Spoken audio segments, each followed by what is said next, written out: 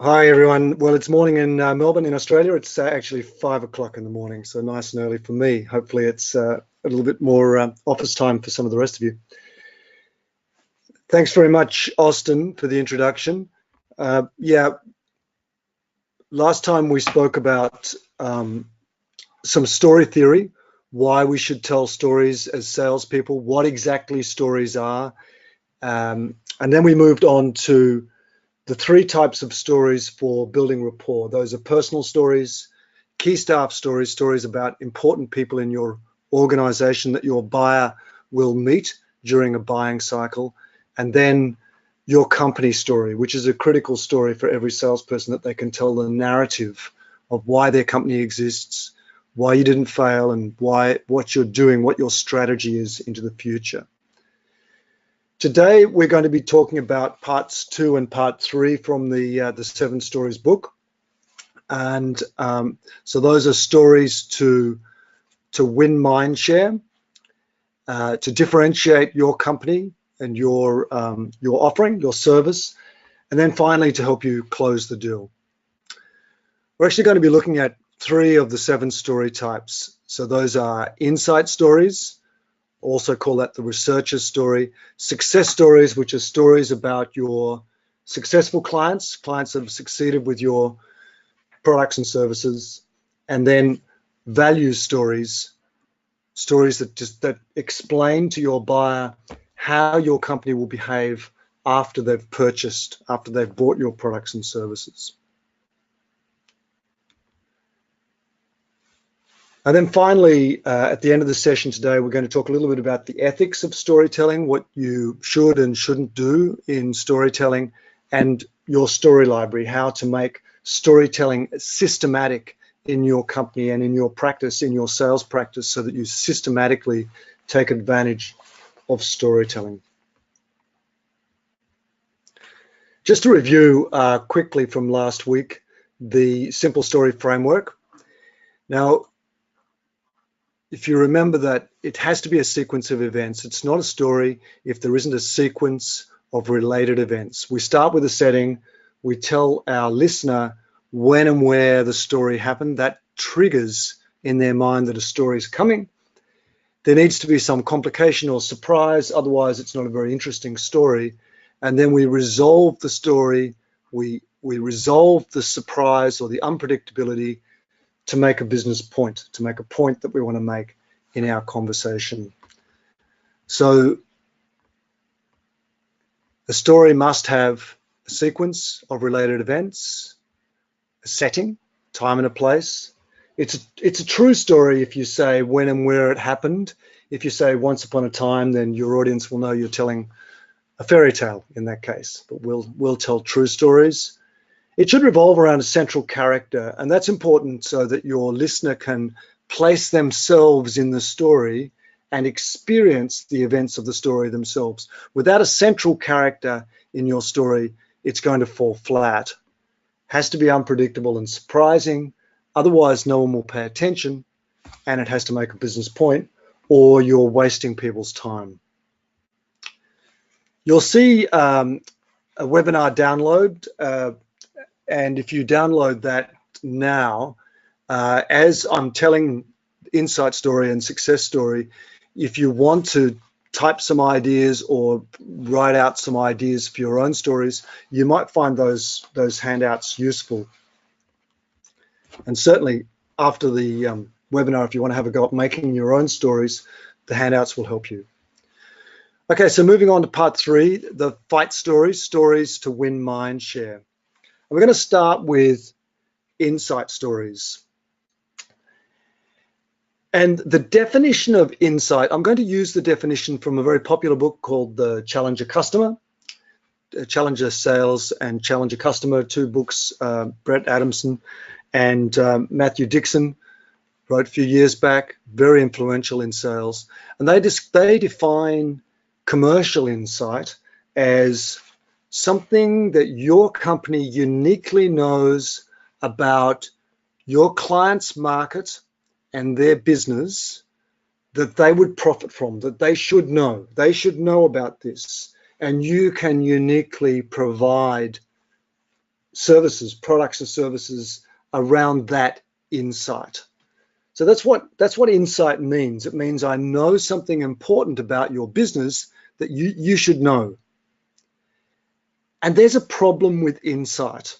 Everyone likes to talk about insight. Everyone thinks they are insightful and they have insight. But this is the problem. If you're presenting that you know something better than your client knows, there's a very strong potential for pushback, that they're going to think, who is this person? Who is this upstart salesperson that thinks they know my business better than I know my business?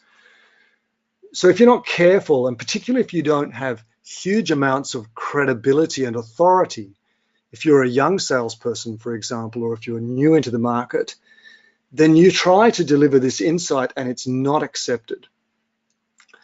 So the insight story addresses that problem, and I'll explain how. Before I tell you an insight story, to give you an example, I'm going to quickly launch a poll, and I'm going to ask you whether you think your company has important insight that your buyer, your market needs to know about. I'd like to know what you guys think of that. Do you think you're in a situation where you have important insight that your buyer must understand? Okay, I'm going to tell an insight story, and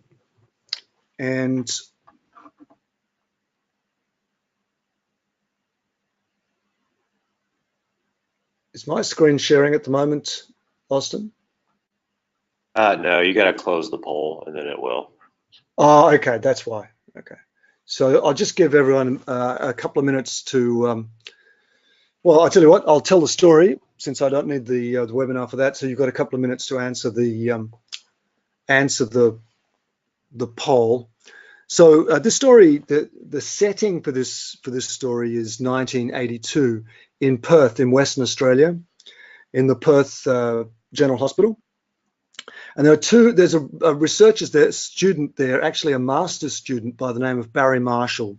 She was working on a master's project, and his supervisor suggested he go and talk with a fellow down in the laboratory by the name of Robin Warren. And Robin Warren was looking at the problem of stomach ulcers. And he had a hypothesis that, I'll close the poll. He had a hypothesis that stomach ulcers were caused by a bacteria. And in particular, they thought that stomach ulcers were caused by a particular type of bacteria. And the problem with that hypothesis was that at the prevailing wisdom was that no, stomach ulcers are caused by stress. And if you presented to a doctor with a stomach ulcer back in the 1980s, the likely treatment that you would be given is rest. Stop work, take a few weeks off, and you'll be okay. But Marshall and Warren thought that no, there was a bacteria involved, and they tried to extract the bacteria from pigs to see if they could get pigs to get stomach ulcers. It wasn't very successful, and no one really believed their hypothesis anyway. Anyway, Marshall, in some frustration, decided to perform a pretty unique experiment. He took a potion from an infected patient and gave himself an endoscopy, so scanned his own stomach to show that his stomach was in good health, drank the potion and gave himself stomach ulcers. And then he proceeded to treat himself with the bacteria, antibacteria, for the antibiotic for the particular bacteria that they believe was causing stomach ulcers, and he cured himself. And Marshall and Warren wrote a paper about that, and of course everyone took notice. Now that stunt meant that everyone noticed the paper. It was very famous in medical circles, and in 2004 Warren and Marshall won the Nobel Prize for medicine. But that's an insight story, and I'm going to take you through the elements of it.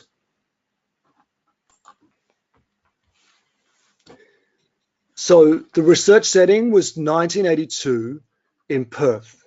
When I say back in 1982 in Perth, it's interesting. I told this story on a podcast and to to Will Barron, who runs the Salesman podcast. It's the largest podcast in the United Kingdom. And it turns out that Will had a background in pharmaceutical equipment sales. So he used to sell endoscopy. So I started telling this story, and he was all very excited. So that was a good story to tell on that podcast. So we've got Marshall and Warren with a hypothesis, with an insight that no one believes. They don't believe their story. So they're frustrated. They can't get anyone to believe their story. They actually wrote papers on the hypothesis. No one accepted the papers. So then Marshall performs the endoscopy on himself. That's a highly unpredictable thing. Most people wouldn't predict that the researcher would do that. And suddenly they got acceptance of their idea. And what does it mean? What it meant was that a new treatment was accepted in the medical establishment, and stomach ulcers, the success rate for curing stomach ulcers was suddenly through the roof, far better. And now it's a medical problem that is treated very easily. People know how to treat stomach ulcers now. So that's the insight story, and really it's also, I call it the researcher's story. So if you have insight in your market, if your company really knows something that your client doesn't appreciate and doesn't really know, but they should know, then tell them the story of how you discovered. How did you discover that thing? Find out in your company who discovered it. When did your company actually discover this insight? What was the technique? What was the method? How did you learn that thing? Were there successes and failures along the way? Did you have problems getting people to appreciate it? Put that in the story. Tell the story maybe of the first company that suddenly appreciated this thing and bang, they got it. When you put the insight into a narrative like this and just tell it as a nice, simple story, it started here, we learned this, we failed, we couldn't figure it out, and finally we worked it out, and here's the answer. What you're doing is you're taking your buyer's mind and you're taking your mind where it is. They don't understand your insight, they don't appreciate it, and you're teaching them how you learnt the insight, and that is the easiest way for them to accept your insight. And with this technique, by telling an insight story, it doesn't matter that you're not the most experienced authority on this subject. You might be the 26-year-old salesperson that needs to present this insight, and you'll still be accepted, and people will listen to your story because stories are interesting, and that's an interesting insight story, and you're teaching your client how it works. So you might be meeting the 55-year-old CEO of a company, and you're nervous. How am I going to tell this person that we know something they don't know? Well, this is the technique. The insight story is the technique.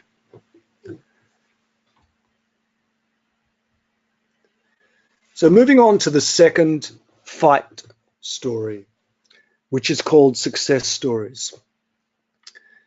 So I'm going to launch the second poll.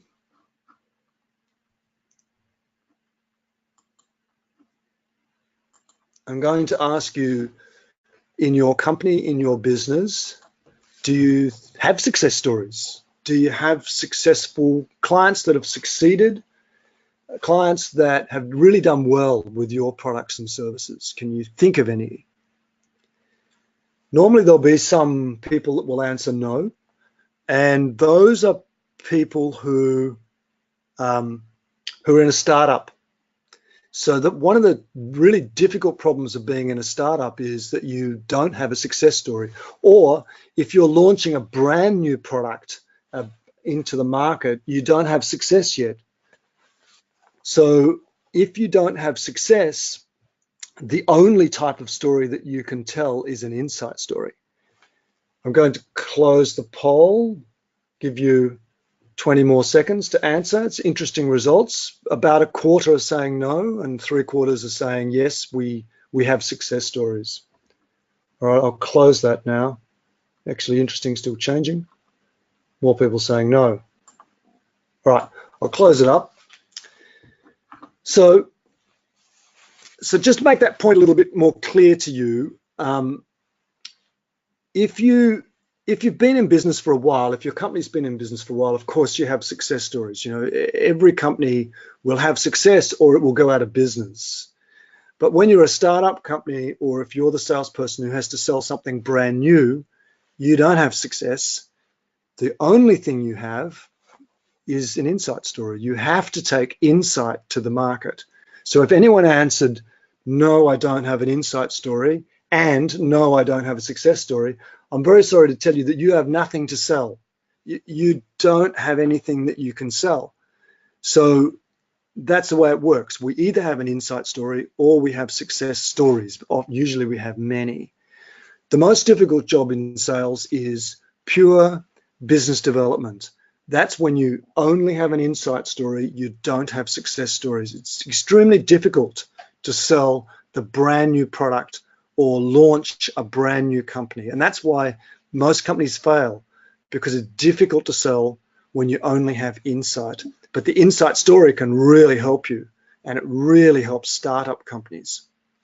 Okay, let's move on to success stories. This is a normal situation. Most of the companies that I work with in my consulting practice, they have success stories, but they haven't taken the trouble to capture them and put them in the right format.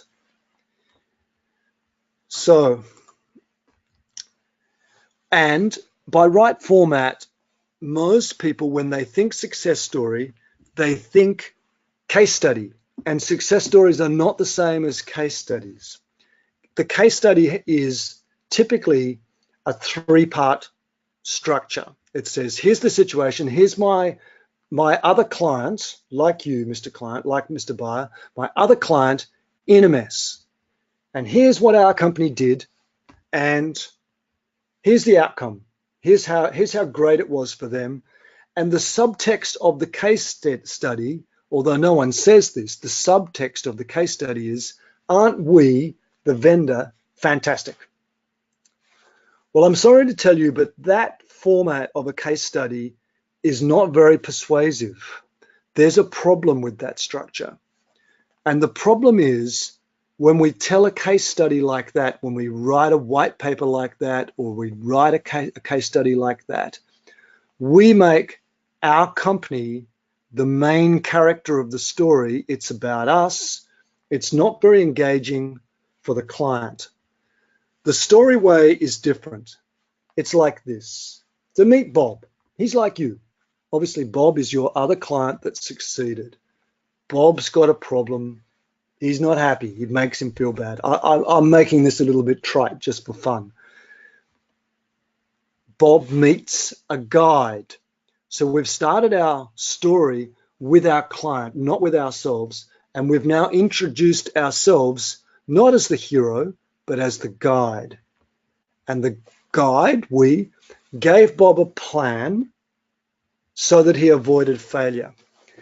This is the other problem with case studies. They usually don't go into what could really have gone wrong and what did go wrong during the case, during the implementation. But failure is an important part of a success story. In fact, the distance between failure and success is what provides the tension in a success story. So we need to talk about how things can go wrong. If they don't follow our plan, this is how it will go wrong. Maybe they already nearly went wrong and they had a failure. Put it in the story. And then they achieve success.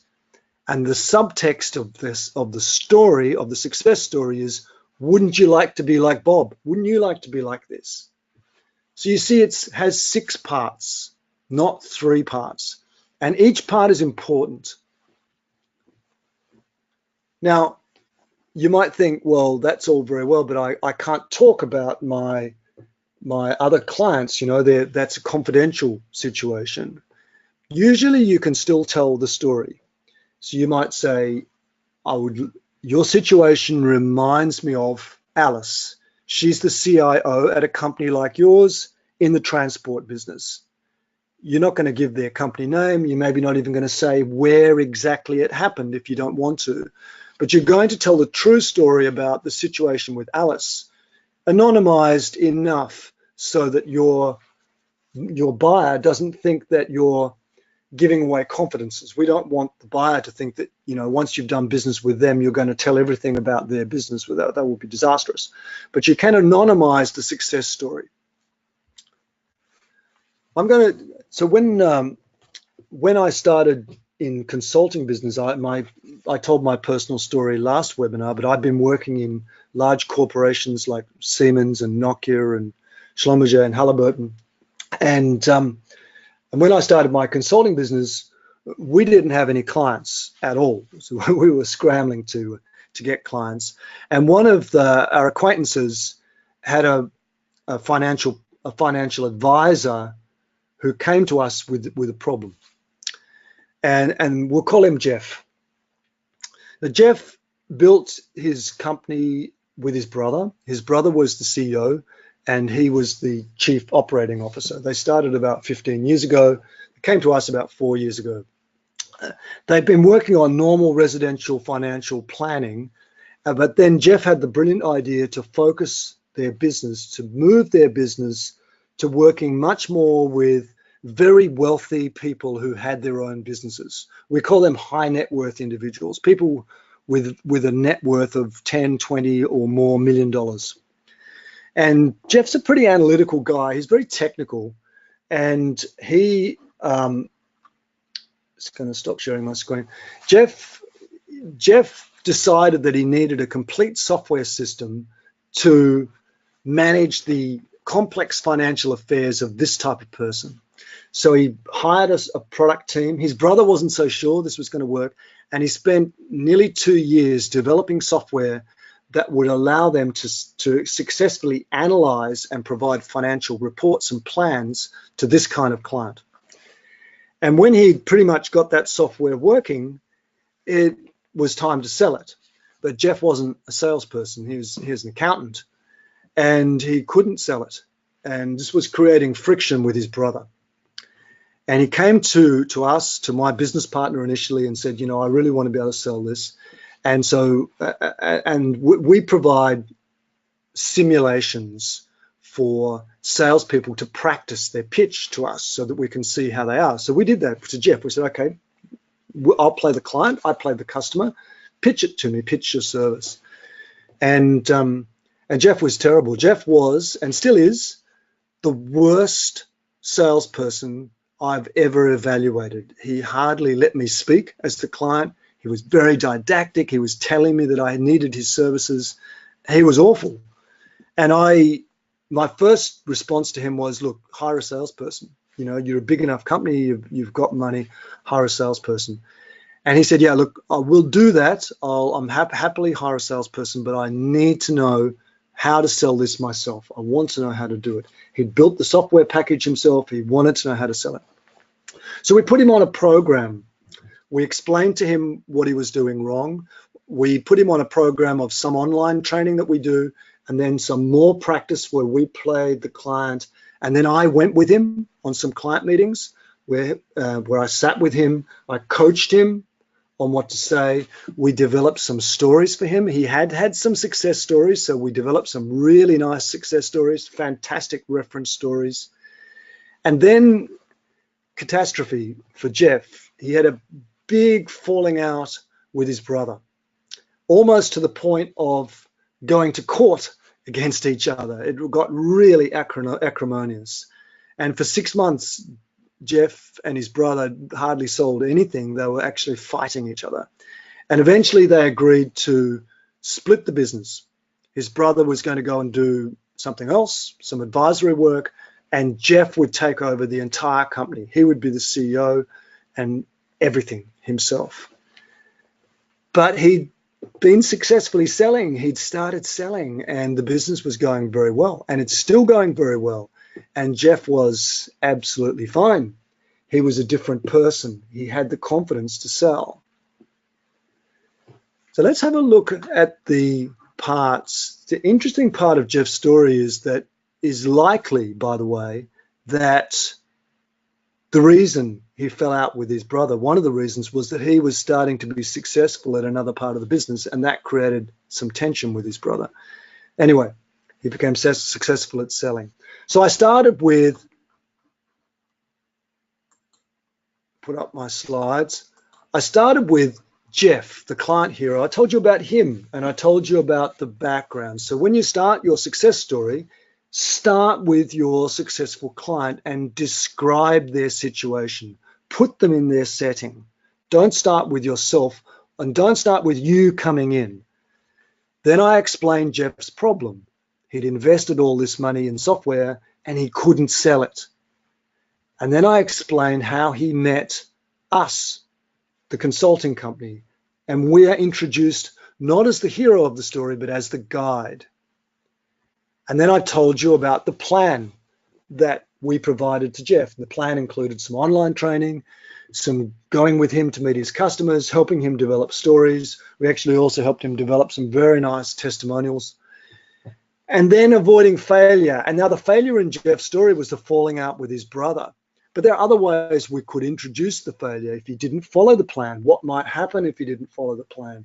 Jeff, as it turns out, was not only the worst salesperson I ever evaluated when we started, but he was the best student I've ever had in 4 years of training salespeople. He was a brilliant student, but he fell out with his brother. That almost sank the company, but then he achieved success, and now he's running the business on his own. So those are the 6 parts. And you've got your download sheet handout for the success story. And I recommend that you think about some high-profile successes you've had and put them in this format and try delivering them not as a case study, but as a narrative, as a little story like this in those 6 parts, and notice the impact that it has on your buyer. One way to think about the success story is that it's the opportunity for your buyer to try before they buy. They can actually experience what it's like to be one of your clients before they even buy anything, because they can experience through your buyer. If I was talking to another company, let's say a professional services company, about what it means for them to get sales training, if I tell them Jeff's story, they get to know what it's like working with me, because they learn things about what it's like to work with me and what success feels like and how to avoid the pitfalls just by listening to the story. And it's much more compelling than just giving them facts, assertions about how great you are and how it's going to work for them. And it's better than a case study. Do we have any questions, Austin? Anything coming up that stands out? No questions at the moment. All right, good. That must mean either everyone's asleep or I'm brilliantly answering any questions that you might have about this. Let's move on to stories that close the deal. I'm just going to open up another poll, and one second. I'd just like to ask you, given what I've said about insight stories and success stories, are you inspired to find and tell insight and success stories in your business? If you have plenty of success stories, then my recommendation is that you tell success stories, because those are the easiest stories to collect. Selling insight when you don't have success is difficult. It's quite possible, by the way, to tell an insight story and a success story. Your insight doesn't have to be brand new insight. You might have delivered that insight to another client. They've had success. Now you can tell the insight story. How did you discover this insight? And the success story. And you can even merge them together a little bit if you want. Except you need to make your successful client the hero. So in that case, you need to explain how they learnt the insight and then applied the insight as the central character.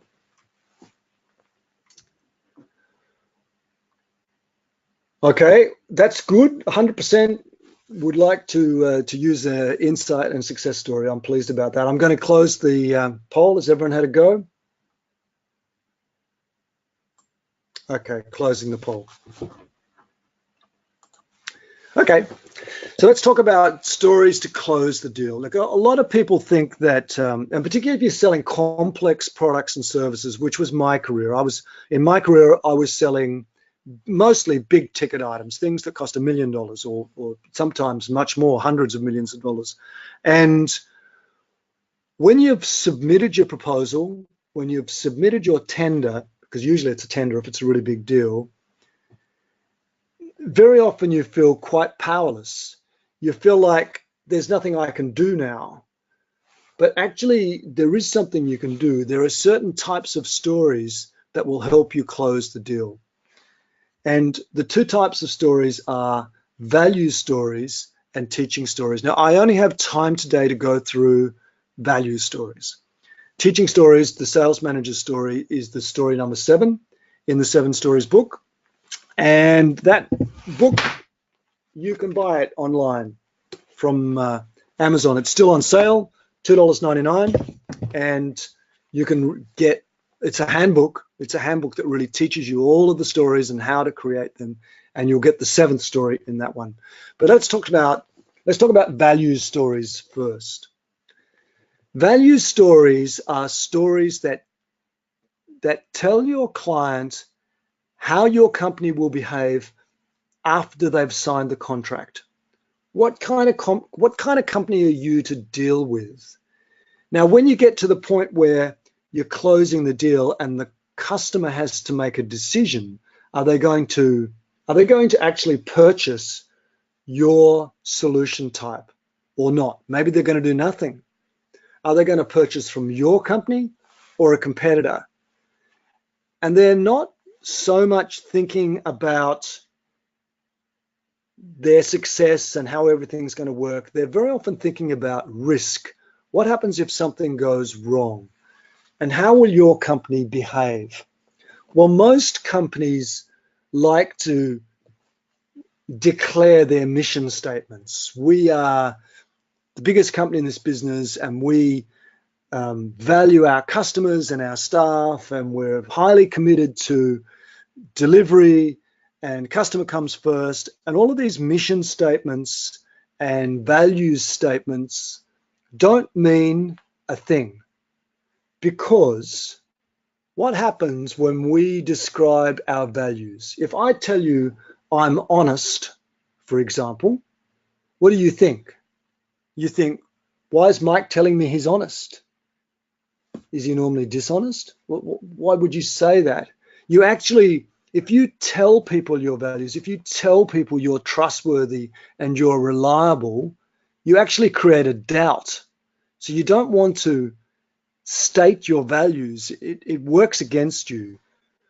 What you want to do is tell a story that encapsulates your values.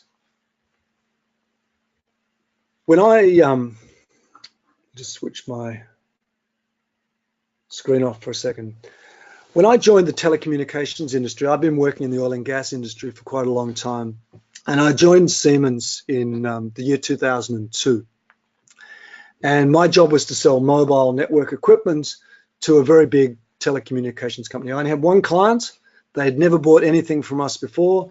My job was to sell that equipment, 3G network equipment, which I knew nothing about, to a client I knew nothing about, for a company I knew nothing about. So I needed to learn quickly, what it was all about. And I needed to learn, how our company succeeded. How did Siemens succeed in its market? And to be honest, it was pretty difficult. I didn't really understand, because to me, it didn't seem like we had the very best product. And we sure didn't have the best marketing, because we're a very heavy engineering company. Siemens is a $100 billion German engineering company. It's a company of engineers. And marketing wasn't great. We've got bad brand management. We were sponsoring the Formula One and things like that. And we weren't really a sales organization. It wasn't a North American style slick sales organization was really a company of engineers. So how on earth did we sell anything? That was my question. I didn't really understand it. And then I started to hear certain types of stories. And I'll give you an example. I was actually in our country manager's office, the country CEO for Siemens Australia. I was in his office and we were talking about a project I was working on, and he took a phone call. And this was about year 2006, I think, 2007. He took a phone call, and I could tell from the tone of his voice that it was a serious call. Something was not right. And he put the phone down and he said, "Mike, we're delivering a project in our power division to build an electricity cable from Victoria, which is in mainland Australia, to Tasmania, which is the island that I grew up in. Actually, I'm from Tasmania. And we're providing the transformers for this power project. It's a multi-tens of billion-dollar project. And the ship that's delivering the transformers from Germany to Australia was sailing through the Southern Ocean, across the Great Australian Bight. It hit a storm and it broke its rudder. And all 6 of the transformers have been smashed beyond repair. And I was just talking to the state government, and they're extremely concerned because it looks like this project is going to be delayed. And it's a critically important piece of national infrastructure for the electricity grid. And Albert, the CEO, said to me, "You know, Mike, I called the Siemens board. I called the chairman of the board, woke him up, told him the problem. They convened an emergency meeting of the Siemens board in Germany. And they weren't talking about who to litigate or who's going to pay for 6 new transformers. They were just talking about how do we make 6 transformers, new ones, in record time, because it had been more than a year to build those transformers. And they built them in record time. And they actually delivered to them to the project, and the project hit its original deadline. There was no delay. That's a value story. That's a story that tells your future buyer how you behave when things go wrong. And it's a very, very powerful value story. And Siemens was full of them. I've never come across a company that had so many, to be honest. Their value was delivery. They may not be the best technology, they often are, but they may not, most certainly not the cheapest, most certainly not the easiest company to deal with. But if it doesn't work, they'll fix it, and it's going to work. And that's a very powerful value. Now, your company may have different values. You may have low price as a value. You may pride yourself on delivering the lowest cost. Well, tell a value story about how you make sure that happens for your client. In the hospitality industry, people often talk about honesty and ethics and really delivering an honest service to their customer. Well, can you tell stories about that? Hospitality industries usually has many of those kinds of stories. The value story has the same structure as the insight story. It starts with the setting. There's a complication. The complication. So we started in 2006 with Siemens delivering inverter transformers for a very important piece of public infrastructure. There's an unpredictable event. The ship bringing the transformers has its rudder smashed. There's a surprising resolution. The company bends over backwards to fix the problem, and then we make the point. We stand by our customers. So it's the same structure as the insight story in the simple story framework. That's how you tell a value story. Okay, let's talk briefly about ethics and storytelling ethics. So storytelling is a persuasion technique. We are actually hacking the brain of our listener, because humans, we have a flaw in our mental process. And here's the flaw. We are more persuaded by a single specific example than by multiple examples. And it's a bit non-obvious. It's actually well known and well researched. For example, there's interesting research on charities. If you tell a story about a single child in distress, maybe an African child, and you want someone to give to a charity, and you measure how many donations you get, you'll see that you get, if you tell that story well, you'll see that you get a lot of donations. But if you introduce a second child, maybe the brother of the first child, so now it's 2 boys, not 1, you get less donations. If you introduce the entire village or thousands of children, you get less donations. So humans, we are more interested in the specific story. And it's not exactly logical, and it's maybe not to our benefit. So we are kind of hacking the brain of the listener. So we're using a powerful persuasion technique. And whenever you have a powerful tool, you have to be careful. Your intent is important. If your intent is to deceive, to trick the buyer by telling a story, or by telling a story that isn't true, then you're not going to last in business very long. Your intent is critically important. So I say, would your audience be upset if they knew that you were deliberately using this story to persuade them? And if they wouldn't be happy with that, then you probably shouldn't be telling this story. So that's a good question to ask yourself. Your story has to be true. Quite often people ask me in workshops, Mike, is it okay to just make up a story or take a story and change it to make it a bit more interesting?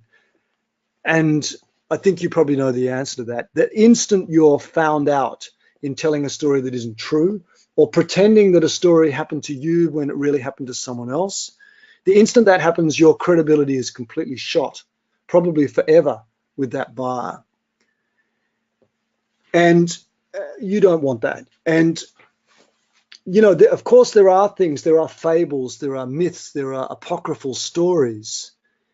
But salespeople are not the people that tell those stories. Those stories are told by prophets, by important people. Half the really fabulous stories in business seem to be attributed to Einstein or Alexander Graham Bell or whatever. Probably those weren't the people that really had those stories. But people want to hear their stories from an authority if it's a fable, if it's an apocryphal story.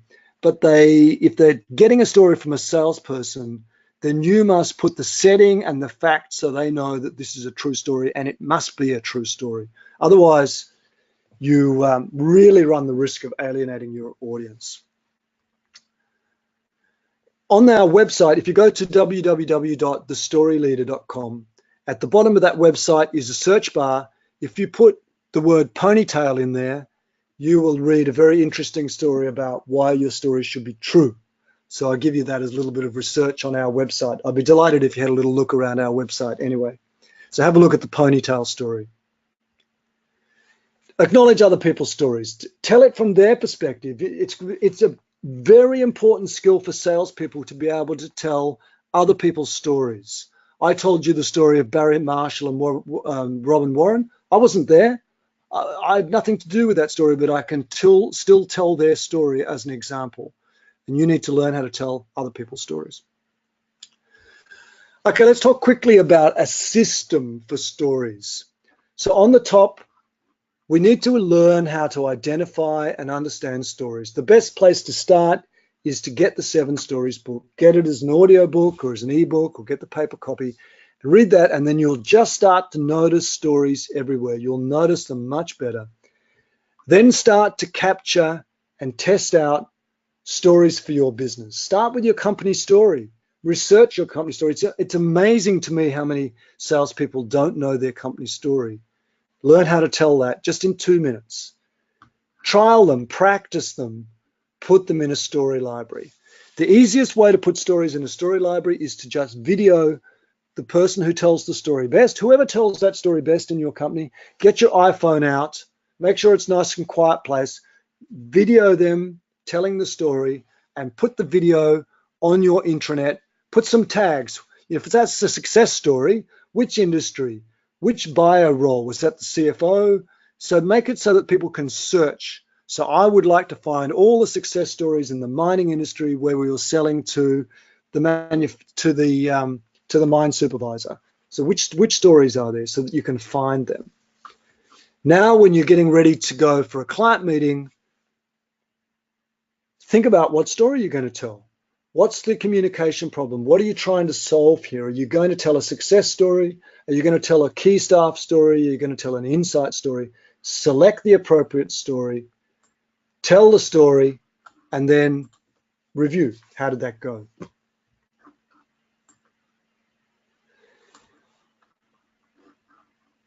That's the sequence. Any questions on that? Here's more information on how to contact us. Please do connect with me on LinkedIn. I'd love to be connected with you, and I'd love to hear your experiences with stories as well. There's our website again. You can search for the ponytail story.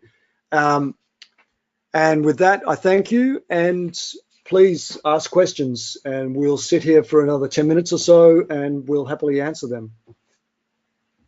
Yeah, thanks, Mike. On behalf of Zoho and Mike, thanks to each of you for joining the webinar. Really hope you found it useful, and we wish all the best for you in your leadership journey. Don't forget to post your tweets and questions for a chance to win a gift, and make sure to tag @ZohoCRM and use the hashtag #SmarterSalesLeaders. I believe it's on the screen right now. So we're gonna stick around for about 10 minutes to answer any questions. Just post them in the comment or the questions box and go to webinar panel.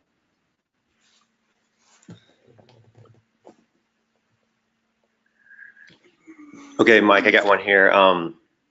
If you only have one of the stories that you were talking about earlier, should you focus on developing the other or getting that one perfect that you already have? Yeah, that's a good question. So it depends a little bit which one, I would say. Success stories are the easiest ones to start with. Most salespeople start telling success stories. Personal story is the hardest story to be comfortable to tell. It can feel strange to tell your personal story, particularly at the beginning of a first meeting, which is the best time to tell a personal story. Remember from last week that we tell a personal story so that we can say at the end of it, enough about me, what about you? How do you, Mr. Client, how did you get to that job? Why do you do what you do? So we certainly don't want to say that we've got to develop 7 stories before we start storytelling. No way. As soon as we've got a story that we're comfortable with, start using it. But we may not collect the 7 stories in the sequence of the book. The book's written in the format of a buyer's journey. So the book starts with, we need to connect. How do we connect? How do we build rapport? We need to change the mind of our client. How do we change minds? We tell stories. We need to close the deal. How do we get the deal closed? How do we get a decision made? We need to tell value stories and teaching stories. So you don't have to have all 7 of those story types. A lot of people don't use some of those story types. But success stories, key staff stories, your company story, your personal story, maybe insight stories and value stories, pretty common. And really good salespeople will tell those sorts of stories all the time. So I don't know whether I've answered that. As soon as you've got a good story, tell it and see what the effect is. Every time you tell it, you'll get better at telling it. It'll be sharper, it'll be tighter, it'll take less time, and you'll notice its effect, you'll notice its power. So yeah, good question. Great. Here's one we have. How do you decide a sales strategy? So sales strategy is off topic to an extent. I will answer that question, but I won't answer it with a great big thing. But sales strategy depends on your situation and your market situation. So if you're coming into a new market with a new product, then your strategy is going to be around insight and developing an insight story and trialing it on the very best candidate, the very best type of first customer that can get you started so that you can build up your market. That would be an example of a sales strategy. If you already have a business and you already have success, but maybe your market is maturing, then your sales strategy would be something different. And maybe you need to say, well, we're not taking advantage of our success stories. So let's work on our success stories so that we can go and get new clients and stop this slide, build up more clients. There are very few companies that have 100% market share. You know, most companies have nothing like 100% market share. Most companies don't even know how big their market is. So using the combination of success stories and value stories can drive a sales strategy. But actually developing a strategy is a little bit off scope. And it's something I do get involved with my clients, and particularly helping them find stories to support their strategy. That's something I definitely get involved in. And to an extent, your company story should be your strategy story. The strategy of your company needs to come out in your company story. I hope I've given you some answers there. Okay, what type of stories can a nonprofit tell to prospective donors? Any strategies and areas to focus on? Well, I gave an example already, a charitable organization that can, let's say, I don't know what sort of not-for-profit you're talking about, but typically a not-for-profit is a company that advocates on behalf of some disadvantaged group.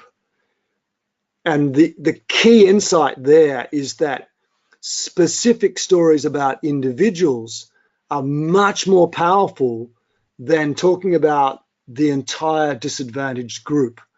If you're trying to, let's say you're let's think of a not-for-profit like Amnesty International, for example. So that's an organization that advocates for people who are unfairly imprisoned in countries that don't have maybe very fair legal systems. Putting out statistics about how many people there are and how big that problem is around the world in general is usually not that persuasive. Telling very specific stories about people that are in an unfair situation is far more persuasive. And this is the psychological reason. We cannot very easily identify with a group, but we can identify with an individual. So when your story revolves around that individual, we place ourselves, what our brain does is we put ourselves in that position, and we think we feel how they would feel. We imagine what it would be like to feel like that person. And that's how empathy works. That's how we're able to empathize. And stories are by far the best tool for that. So stories are a very powerful tool for not-for-profits, regardless of the not-for-profit that you're in. Does that answer the question? I hope. Yeah, they said that was very insightful. So great. Let's see. Here's another one. How fine is the line between telling something untrue and exaggerating or embellishing? There's no line. It's either true or it isn't. There's no line. I want to be 100% clear. Every word that comes out of your mouth has to be true. When you're talking about the success and you're describing it, you describe the actual success, what actually happened. So there's no embellishment. Now we have to choose what to put in and what to leave out. And we have to choose which story to tell. So we're going to tell our best stories, but we're not, it's a real slippery slope. As soon as we start changing the story to make it sound better, we're on a bad run, and we risk being found out. And it's not necessary. We don't have to do that. You'll be amazed how many stories there are when you just start asking people. Just facilitate a little group and say, look, I was on this webinar and Mike was talking about success stories. Why don't we spend the last 10 minutes of our sales meeting just telling some stories? Can you tell me about that story? What actually happened with that client? And can we put it in this structure? What was happening before we even turned up? What was the problem they were experiencing? How did they meet our company? What was the mechanism? What was the plan we gave them? How did it nearly go wrong? And then how successful are they? What's the actual metrics? You know, if you've got that format and you ask those questions, you'll find the stories. So let me be 100% clear on that. What comes out of your mouth is going to be true to your best of your knowledge. And if you're telling someone else's story, take the effort to check that it's true, because your credibility will hang on that. You tell the story and the client says, I checked that out and that wasn't true. You're the one that looks bad, not them. So you check. So yeah, story has to be true. Any more? Yeah, it looks like we have time for one more. What's the best way to gain confidence to believe you have insight? Okay. So most people use the word insight when they don't really have insight. So, for example, if you tell your client this insight, something you think is insight, and they say, yeah, we know that, well, obviously it's not insight. They know it. It's not insight by definition, right? So finding insight and developing insight is an entire topic on its own. And I would highly recommend the two Challenger books. Read The Challenger Sale and The Challenger Customer. Particularly the second book is brilliant. That is a brilliant book on how to find insight. Now, if your question is how to get confidence to deliver insight, I did talk about that. You know, how does the 26-year-old sales guy tell their client that they know something, they have insight that their very experienced client, their buyer, doesn't know? That's a difficult situation. And the answer is tell the story about how you discovered the insight. Teach them how you discovered it by telling an interesting story. And it will be an interesting story because every time you discover something that the market doesn't know and your client doesn't know, that's very interesting. That is a very interesting story every time. So how did you find that out? And don't sugarcoat it. If you failed 10 times and finally found it, that's an even better story. Failure and vulnerability are what makes stories interesting. So put in all the false turns and the first client didn't believe you and all that. Good, put that in the story as well. They will listen and you'll deliver insight and you'll deliver it confidently. If your question is more like, how do I get confident telling that as a story, then practice it before you tell it. Practice it in your company, practice it in your sales meetings. A great way to practice is video messaging. We use WhatsApp. Just create a WhatsApp video message, send it to your boss, send it to a colleague.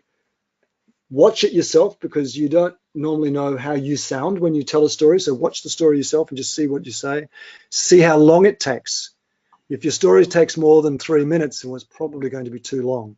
You know, it's very rare that there's a story that you can't tell in less than 3 minutes. It does happen, but it's seldom. Okay. Cool. Hopefully that's answered that question. Yeah, I think everyone's questions have been answered. Thanks again, Mike. Thanks again, everyone, for tuning in. And we'll see you guys in April with our next webinar series on how to be an effective sales coach. We'll keep you posted further with registration details. So thanks, everyone.